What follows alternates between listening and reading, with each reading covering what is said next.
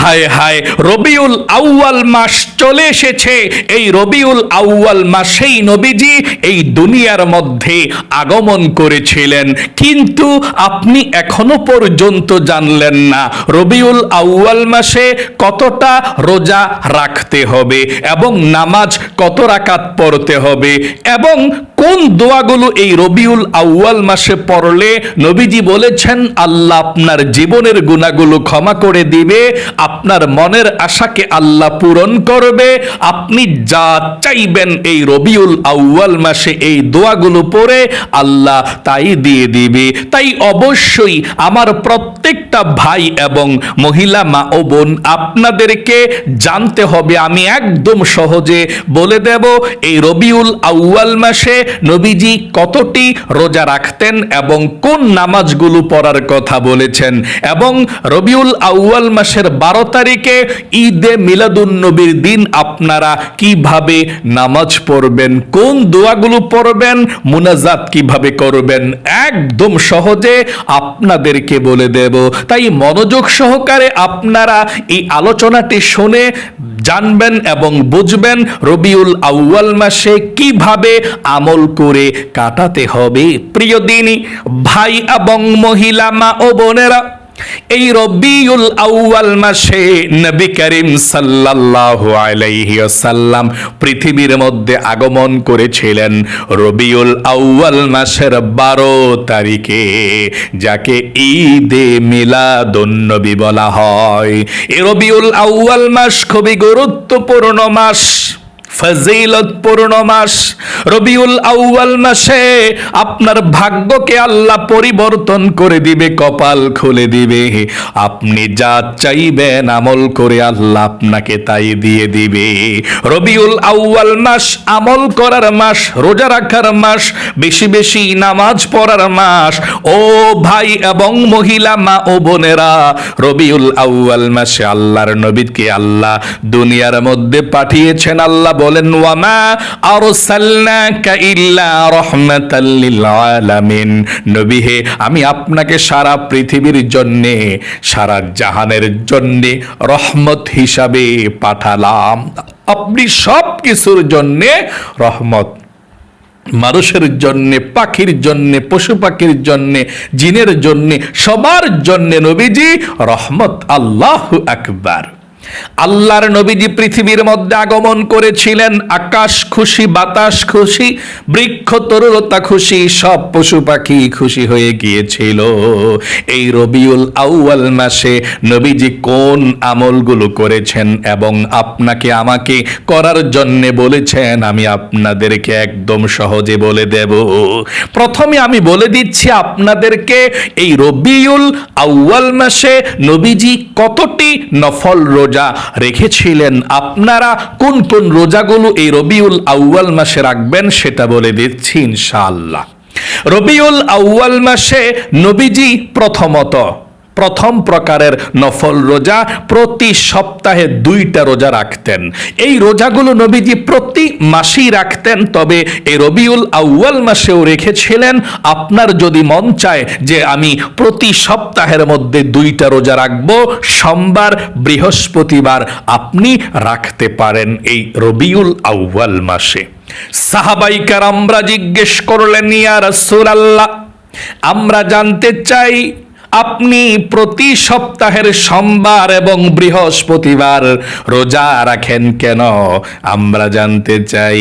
নবী করিম সাল্লাল্লাহু আলাইহি ওয়াসাল্লাম বললেন, ও আমার সাহাবায়ে কেরামরা রে, সোমবার এবং বৃহস্পতিবার দুনিয়ার যত মুমিন মুসলমান আছে সবার আমলনামাটা আল্লাহর দরবারে পৌঁছানো হয়। আমার আল্লাহ সবার আমলনামাটা সোমবার এবং বৃহস্পতিবার দেখে থাকে। নবীজি বলেছেন, আমার মন চায় আল্লাহর সামনে যখন আমার আমলনামাটা উপস্থাপন করা হবে, আমার আল্লাহ আমাকে তখন রোজা অবস্থায় দেখবে।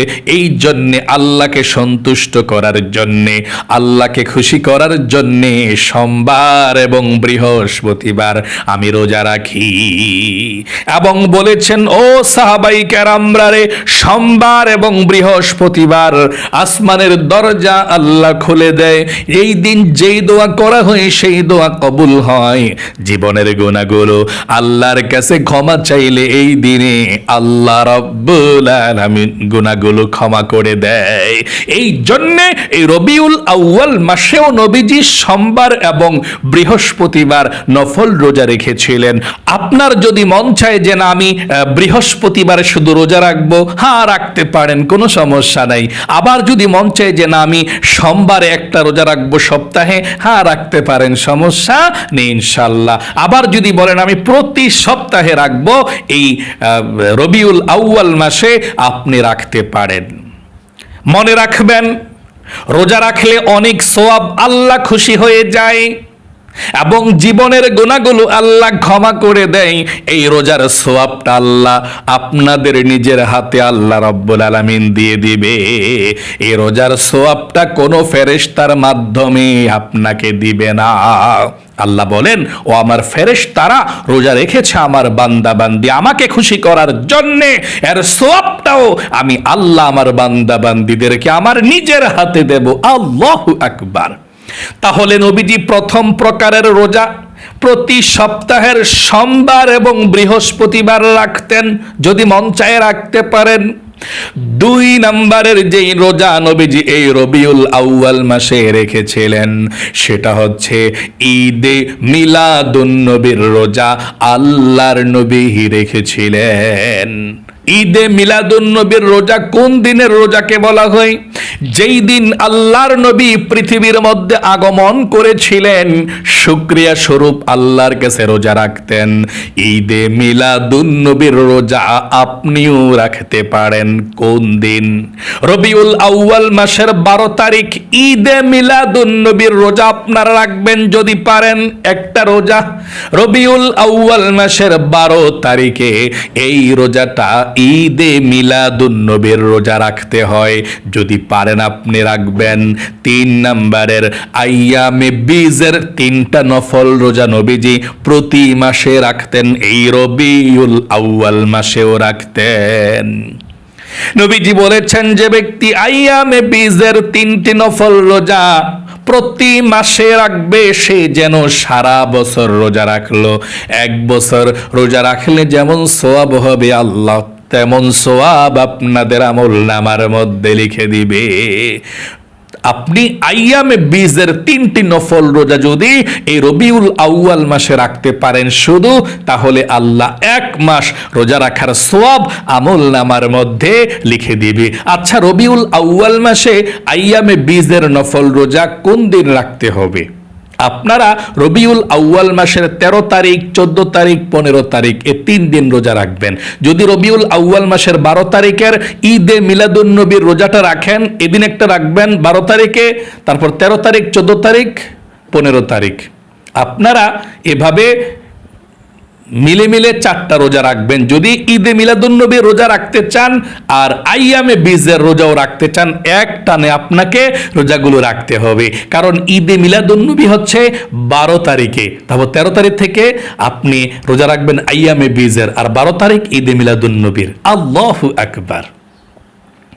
যদি আপনি ঈদে মিলাদুন নবীর একটি রোজা রাখতে চান, নিয়তটা এভাবে করবেন, আমি আগামীকালকে ঈদে মিলাদুন নবীর নফল রোজা রাখার নিয়ত করলাম। আবারও বলছি, আমি আগামীকালকে ঈদে মিলাদুন নবীর নফল রোজা রাখার নিয়ত করলাম, হয়ে গেল। তারপর আইয়ামে বীজের যে রোজাগুলো রাখবেন এভাবে নিয়ত করবেন ভোর রাতে, আমি আগামীকালকে আইয়ামে বীজের 1 নাম্বার নফল রোজা রাখার নিয়ত করলাম, মানে প্রথম নফল রোজা রাখার নিয়ত করলাম। আবারও বলছি, আমি আগামীকালকে আইয়ামে বীজের প্রথম নফল রোজা রাখার নিয়ত করলাম। দ্বিতীয়টা, আমি আগামীকালকে আইয়ামে বীজের দ্বিতীয় নফল রোজা রাখার নিয়ত করলাম। তৃতীয়টা রাখলে এভাবে, আমি আগামীকালকে আইয়ামে বীজের তৃতীয় নফল রোজা অর্থাৎ 3 নাম্বার নফল রোজা রাখার নিয়ত করলাম। এভাবে নিয়ত করে রোজাগুলো রাখবেন ইনশাআল্লাহ। আশা করি বুঝতে পেরেছেন আপনারা। 3 প্রকারের রোজা রাখতে পারেন, আরো বেশিও রাখতে পারেন, সমস্যা নাই। এক প্রকারের প্রথম রোজা হচ্ছে প্রতি সপ্তাহের মধ্যে 2 দিন রোজা, মন চাইলে রাখবেন, আপনার ইচ্ছা। 2 প্রকারের 2 নাম্বারের রোজা, এটা হচ্ছে ঈদে মিলাদুন্নবীর নফল রোজা। এটা রবিউল আউয়াল মাসের 12 তারিখে রাখবেন। 3 নাম্বার আইয়ামে বীজের নফল রোজা, রবিউল আউয়াল মাসের 13 তারিখ, 14 তারিখ, 15 তারিখ আপনি এই 3 দিন রাখবেন। তাহলে আশা করে বুঝতে পেরেছেন রোজা রাখার নিয়মটা। এখন আমি আপনাদেরকে বলে দেব এই রবিউল আউয়াল মাসে আপনি নামাজ কত রাকাত পড়বেন, কোন সূরা দিয়ে সেই নামাজগুলো পড়বেন। রবিউল আউয়াল মাসের আলাদা কোনো নামাজ নাই। সব সময় যেভাবে নামাজগুলো পড়েন তাহাজ্জুদ, আউয়াবিন, ইশরাক, এগুলো তো পড়বেন। শুধু রবিউল আউয়াল মাসের 12 তারিখ ঈদে মিলাদুন্নবীর দিন আপনি ঈদে মিলাদুন্নবীর নামাজ পড়বেন। রবিউল আউয়াল মাসের 12 তারিখ ঈদে মিলাদুন্নবীর দিন আপনি ঈদে মিলাদুন্নবীর নামাজ পড়বেন। অন্যান্য নফল নামাজ যেভাবে পড়েন সেভাবেই পড়বেন, শুধু নিয়তরা করবেন ঈদে মিলাদুন্নবীর। এভাবে নিয়তরা করবেন, 2 রাকাত করে 4 রাকাত ঈদে মিলাদুন্নবীর নামাজ পড়বেন। কিভাবে? এভাবে নিয়ত করবেন, বলুন আমার সঙ্গে। আমি কিবলামুখী হয়ে 2 রাকাত ঈদে মিলাদুন্নবীর নফল নামাজ আদায় করছি, আল্লাহু আকবার। আবারও বলছি, আমার সঙ্গে বলুন, আমি কিবলামুখী হয়ে 2 রাকাত ঈদে মিলাদুন্নবীর নফল নামাজ আদায় করছি, আল্লাহু আকবার। আবারও বলছি, আমি কিবলামুখী হয়ে 2 রাকাত ঈদে মিলাদুন্নবীর নফল নামাজ আদায় করছি, আল্লাহু আকবার। এই নামাজটা রবিউল আউয়াল মাসের 12 তারিখে ঈদে মিলাদুন্নবীর দিন সকাল 9টা, 10টা, 11টাও পড়তে পারেন, 1টা, 2টা, 3টা, 4টা বাজেও পড়তে পারেন। আসরের নামাজের আগে আগে পড়বেন। যদি দিনে না পারেন রাতে যে কোনো সময় আপনি পড়তে পারেন, কোনো সমস্যা নেই ইনশাআল্লাহ। তারপর আপনারা আরো বেশি বেশি নফল নামাজ পড়বেন যতটুকু পারেন, কিন্তু 2 রাকাত করে 4 রাকাত নামাজ পড়বেন ঈদে মিলাদুন্নবীর নামাজ পড়ার পরে মুনাজাতটা আপনি একবার ধরবেন। আপনি 2 রাকাত করে 4 রাকাত, 2 রাকাত পড়ে সালাম ফিরাবেন, তারপর দাঁড়িয়ে আবার নিয়ত করে আবার 2 রাকাত পড়বেন। এভাবে 2 রাকাত করে 4 রাকাত নামাজ পড়ার পরে তারপর আপনি বসে পৃথিবীর সব থেকে শ্রেষ্ঠ দোয়াগুলো পড়ে আপনি মুনাজাত করবেন। কোন দোয়াগুলো পড়বেন? আপনি এই দোয়াগুলো এই রবিউল আউয়াল মাসের এখন আপনি সারা রবিউল আউয়াল মাস এই দোয়া এবং জিকিরগুলো করবেন। নবীজি বলেছেন আল্লাহ আপনার জীবনের সব গুনাহগুলো ক্ষমা করে আপনাকে শিশুর মতো নিষ্পাপ করে দিবে। আল্লাহ আপনাকে ধনী বানাবে। আল্লাহ আপনার অভাব অনটনগুলোকে দূর করবে যদি আপনি এই দোয়াগুলো পাঠ করতে পারেন। দোয়াগুলো পাঠ করে মুনাজাত করবেন রবিউল আউয়াল মাসের 12 তারিখে, আর সারা রবিউল আউয়াল মাস প্রতিদিন এবং রাত পারলেই এবং জিকিরগুলো করবেন। মজার বিষয় হলো আপনি যদি এই দোয়া এবং জিকিরগুলো রবিউল আউয়াল মাসে বেশি বেশি করে পাঠ করেন, আপনার ওযু করতে হবে না, আপনি দাঁড়িয়েও পাঠ করতে পারেন, বসে বসে এই দোয়া এবং জিকিরগুলো করতে পারবেন, শুয়ে শুয়ে পারবেন, কাজের ফাঁকে ফাঁকে পারবেন, কোনো সমস্যা নেই ইনশাআল্লাহ। এবং আমার মহিলা মা বোনেরা মাসিক পিরিয়ড থাকাকালীন সময় আপনারা এই দোয়া এবং জিকিরগুলো করতে পারেন। চলুন তাহলে কোন দোয়া এবং জিকিরগুলো করবেন বলে দিচ্ছি।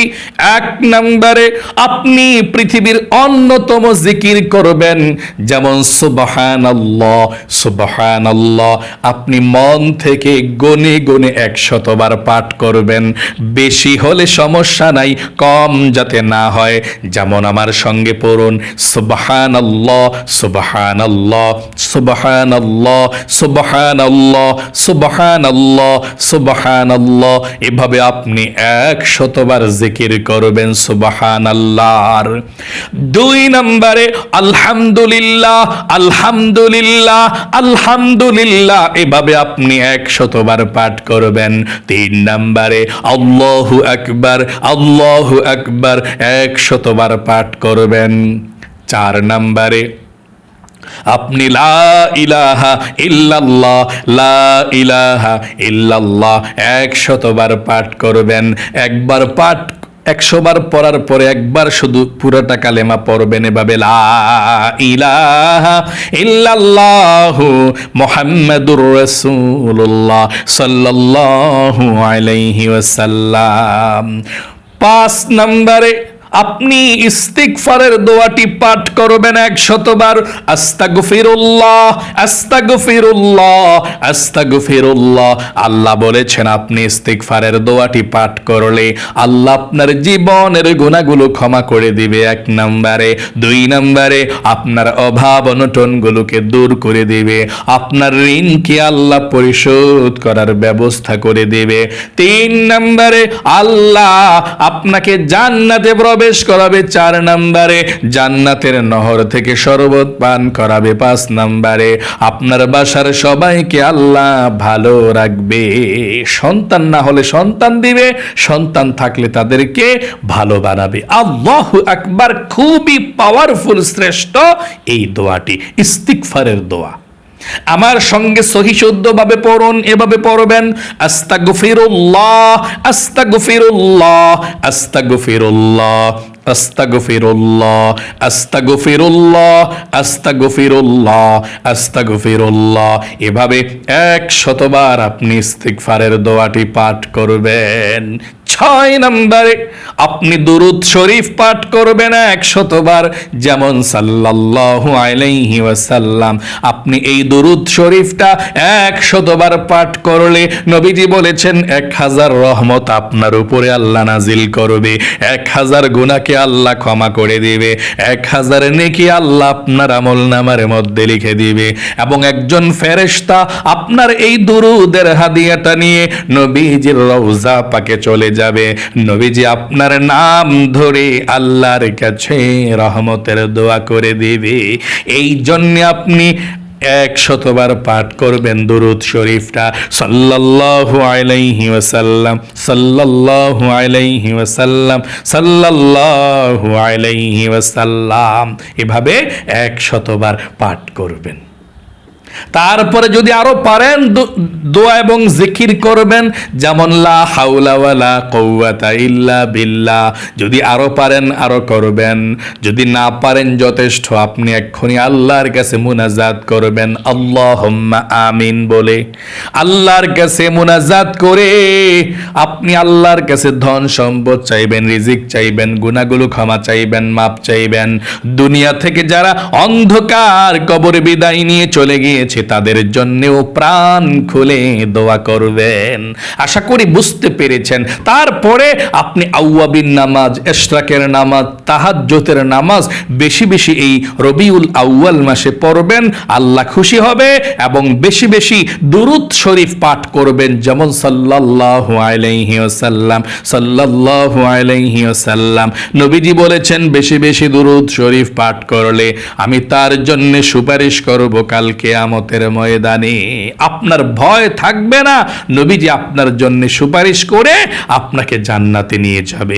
আল্লাহ আপনাদের সকলকে ভালো রাখুক, সুস্থ রাখুক, আপনাদের জীবনকে সুন্দর করে দেখ, লক্ষ লক্ষ টাকার মালিক বানিয়ে দেখ। সকলে কমেন্ট বক্সের মধ্যে লিখবেন আমিন এবং ভিডিওতে একটি লাইক দিবেন। যারা কমেন্ট বক্সের মধ্যে আমিন লিখে দোয়াতে অংশগ্রহণ করেছেন, ও আল্লাহ তাদেরকে তুমি ভালো রাখো, সুস্থ রাখো, জীবনে একবার হইলেও মক্কা মদিনায় যাওয়ার মতো আল্লাহ তুমি সুযোগ করে দিও, আমিন। আজ এ পর্যন্তই, আবারও অন্য কোনো ভিডিওতে দেখা হবে ইনশাআল্লাহ। সেই পর্যন্ত আপনাদের সকলের সুস্বাস্থ্য আল্লাহর কাছে কামনা করে আজ এখানেই বিদায় নিচ্ছি। আসসালামু আলাইকুম ওয়া রাহমাতুল্লাহি ওয়া বারাকাতুহু।